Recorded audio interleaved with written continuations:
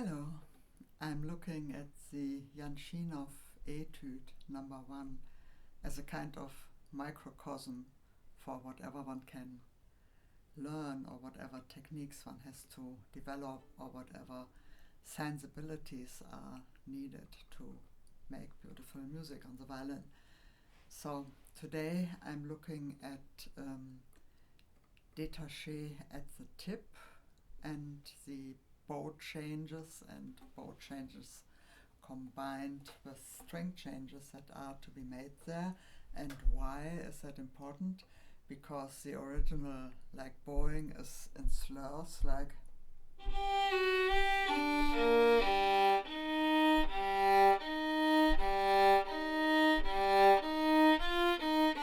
so there are bow changes at the tip and also at the frog, of course. So today I'm looking at the tip, and I'll just play the whole etude in tache at the tip to maximize the opportunities for doing bow changes there. And I'm also starting with up bow, because then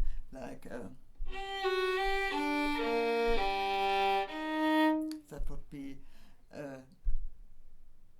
a change from down bow to up bow on the bar lines. So the bar starts with an up bow and ends with a down bow if I place that slurred, right? So I don't know if I made myself clear, but anyway, that's my idea. And what is the instruction for playing beautiful legato tache at the tip without extra noises for the string changes? The main instruction I got for that is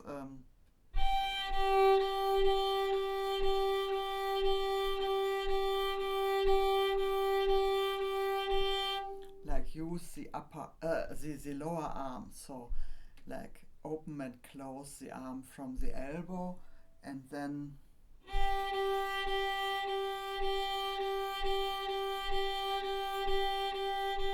that's the main moving part. There's some kind of constant of having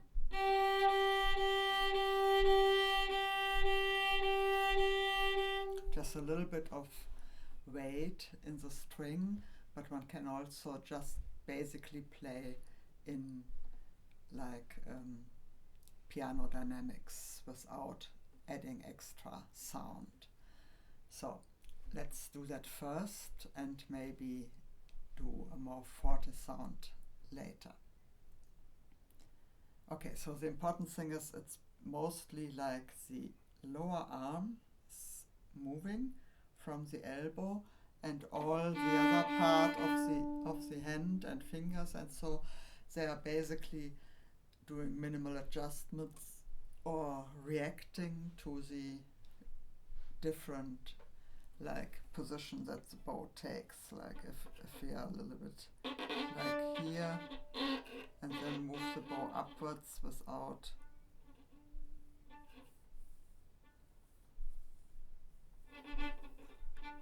so now I'm using the bow as a guide to what the finger should do if I do this, right?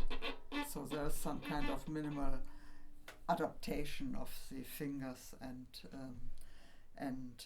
wrist, but nothing really to be explicitly concerned about. So I think it's enough just to think that this is all very loose and this is moving, and then these loose parts are just following along without any active change. So let's see how that works.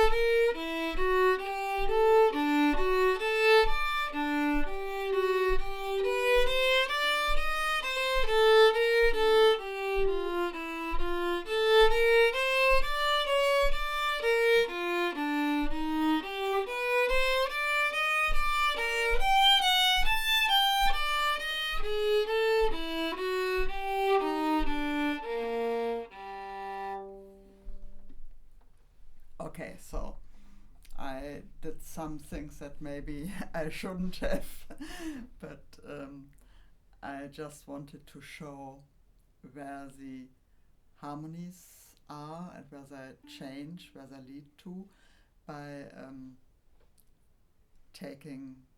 I did that mostly by taking time, and that's the not very musical thing, but maybe also the most demonstrative thing. So it's also my tendency to do, which I'm not like very proud of, but at least I could show what I was hearing. So there is some value in that. So let me just play the beginning once more and try to change like the dynamics and that supports the harmony more by changing the length of the bow and not by using time. And still, main concern really is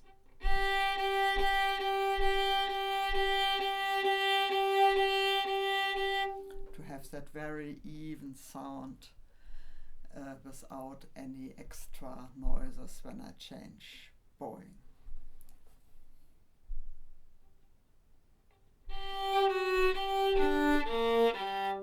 That was not very nice.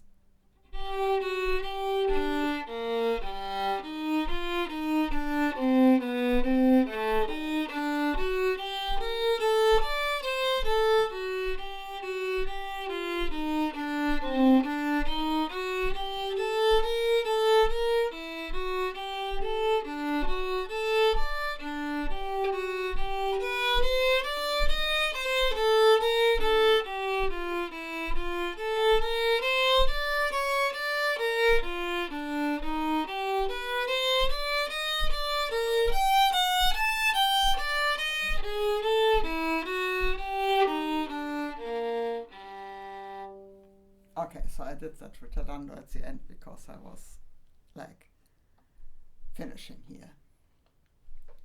And these like harmony changes that make out the charm and the beauty of this piece, they're really also indicated in the score by crescendos and diminuendos. So for example, we have in the second line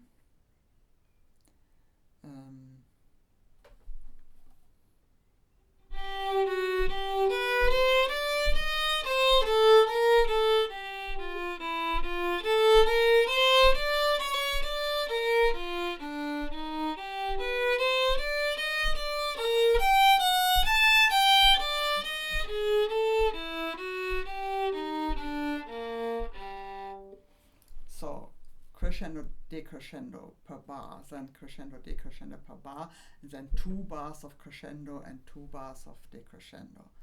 So, and that is the crescendo is actually, it's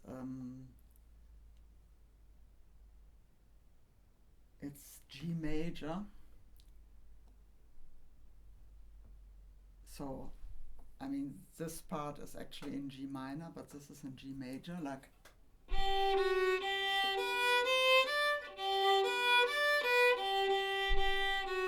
There's this little embellishment, G, F sharp, and then the G major's triad with the intermediate C, so that's how I read it.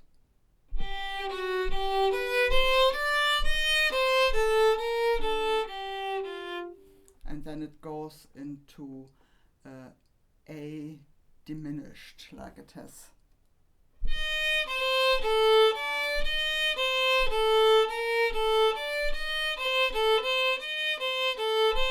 R, C, E flat, so it's not a minor but a diminished. And then,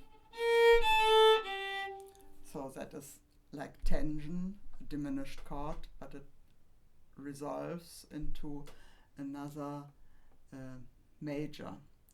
It's F.